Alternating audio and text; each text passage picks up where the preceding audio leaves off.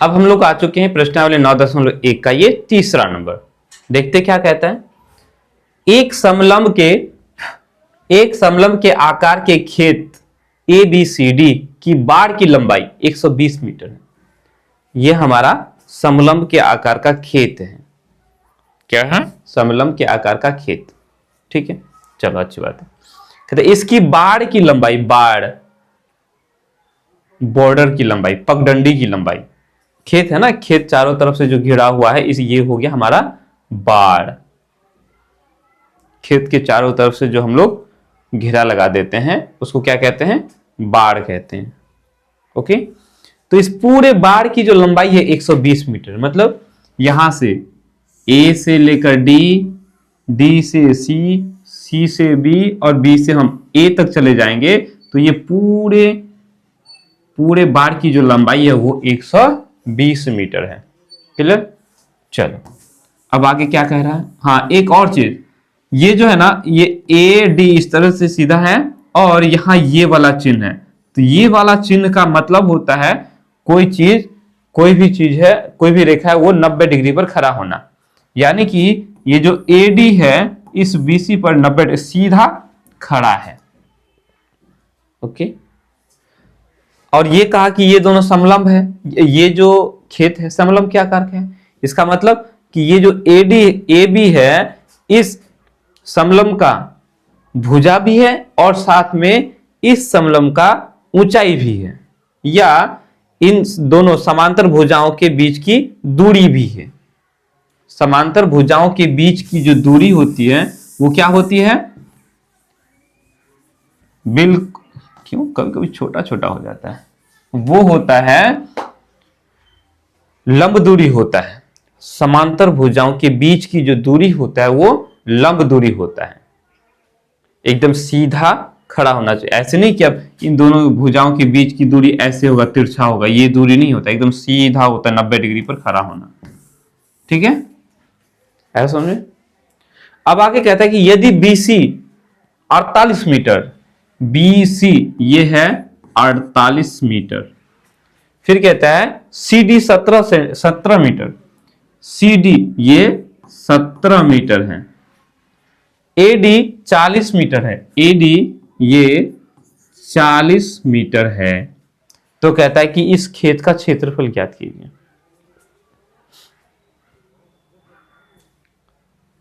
समलंब का क्षेत्रफल, ये हमारा समलंब के आकार का खेत है। समलंब का क्षेत्रफल हम लोग कैसे निकालते हैं?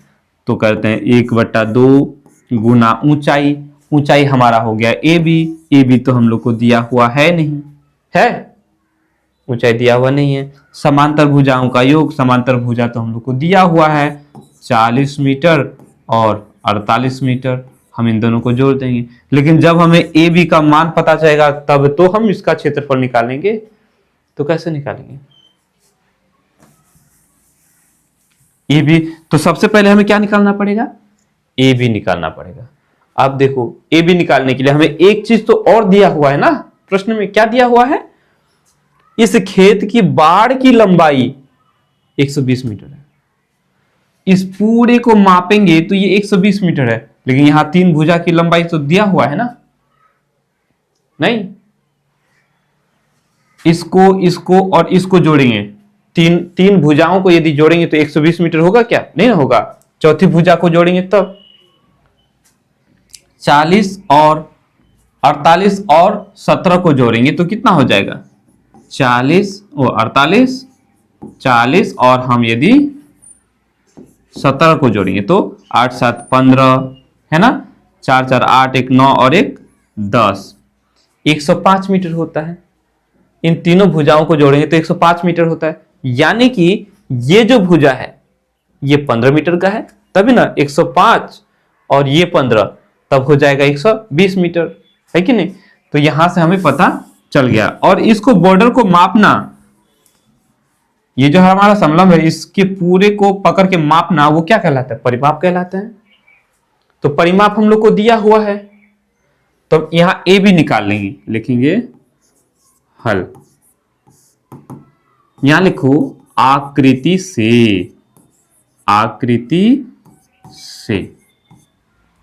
होगा आप में से किसी का नाम भी आकृति, है ना। तो यहां आकृति ये है, आकृति से हम क्या करेंगे, ए बी बराबर लिखेंगे, ए बी का मान निकालेंगे। तो ए बी का मान निकालने के लिए हम क्या करेंगे, इस 120 मीटर में से 120 मीटर में से हम घटा देंगे इन सब के मान को, 40 जोड़ 48 जोड़ 17, इन सब को हम जोड़ करके 120 से हम घटा देंगे, नहीं कोई दिक्कत। इन सब को जोड़ेंगे तो ये हो जाएगा 105 मीटर। अभी हम लोगों ने जोड़ा, इस तरह से हम लोगों ने 120 में से 105 चला जाएगा तो ये हो जाएगा 15 मीटर। हमें मालूम पड़ गया कि ये ए बी की जो लंबाई है वो है 15 मीटर।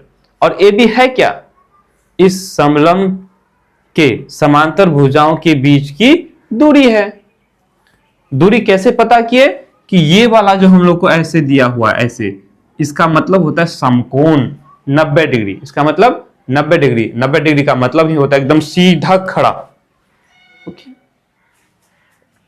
अगर हमारा ऐसे दिया हुआ है, ये कोण अगर दिया हुआ है ऐसे, तो हमें यहां लिखा नहीं रहेगा कि यहां 90 डिग्री लिखा हुआ है। बस ऐसे कोण का चिन्ह रहने से हम समझ जाएंगे कि ये सीधा खड़ा है। वैसे ये सीधा खड़ा नजर नहीं आ रहा है ना, समझ में आया। अगर हमें सिर्फ ऐसे दिया हुआ रहे या ऐसे हम लोग को सीधा खड़ा तो नजर आएगा, और या ऐसे कोण दे देगा, तो हम नहीं कह सकते कि ये पता नहीं कितने डिग्री का कोण है, जब तक यहाँ बताया नहीं जाएगा कि ये कितने डिग्री का कोण है। ठीक, ये निशान ही होता है वो 90 डिग्री के लिए। चलो, तो हमें समलंब अब हम लोग निकालेंगे, यहां लिखेंगे अब हम लोग क्या करेंगे, खेत का क्षेत्रफल निकालेंगे। ठीक है, अब खेत का क्षेत्रफल, अब खेत का क्षेत्रफल, अब इसको सुंदर करने के लिए आप यहां बराबर इधर नहीं दोगे तो आप यहां भी बराबर लिख सकते हो, इसके सामने में बराबर लिखेंगे तो बड़ा मजा आएगा देखने में, सुंदर होना चाहिए देखने में। ठीक है, अब खेत क्या हमारा समलंब है, समलंब का क्षेत्रफल का सूत्र क्या होता है, तो हम जानते हैं 1/2 गुना ऊंचाई, ऊंचाई हमारा क्या हो गया ए बी का मान हम लोगों ने निकाल लिया 15 मीटर, गुना समांतर भुजाओं को जोड़ेंगे। तो समांतर भुजा कौन कौन से हैं, 40 मीटर और 48 मीटर, 40 मीटर जोड़ 48 मीटर।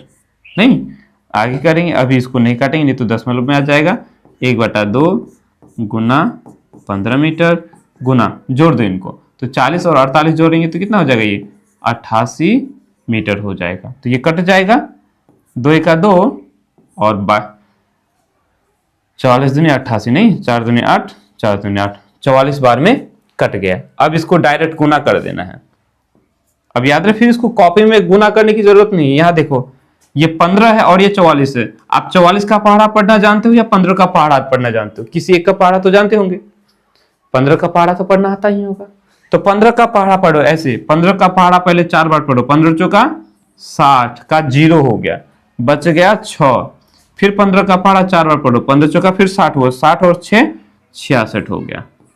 ठीक, अब ये मीटर और ये मीटर दोनों मीटर गुना होकर के ये हो जाएगा मीटर स्क्वायर। यानी कि इस खेत का जो क्षेत्रफल निकला वो 660 वर्ग मीटर।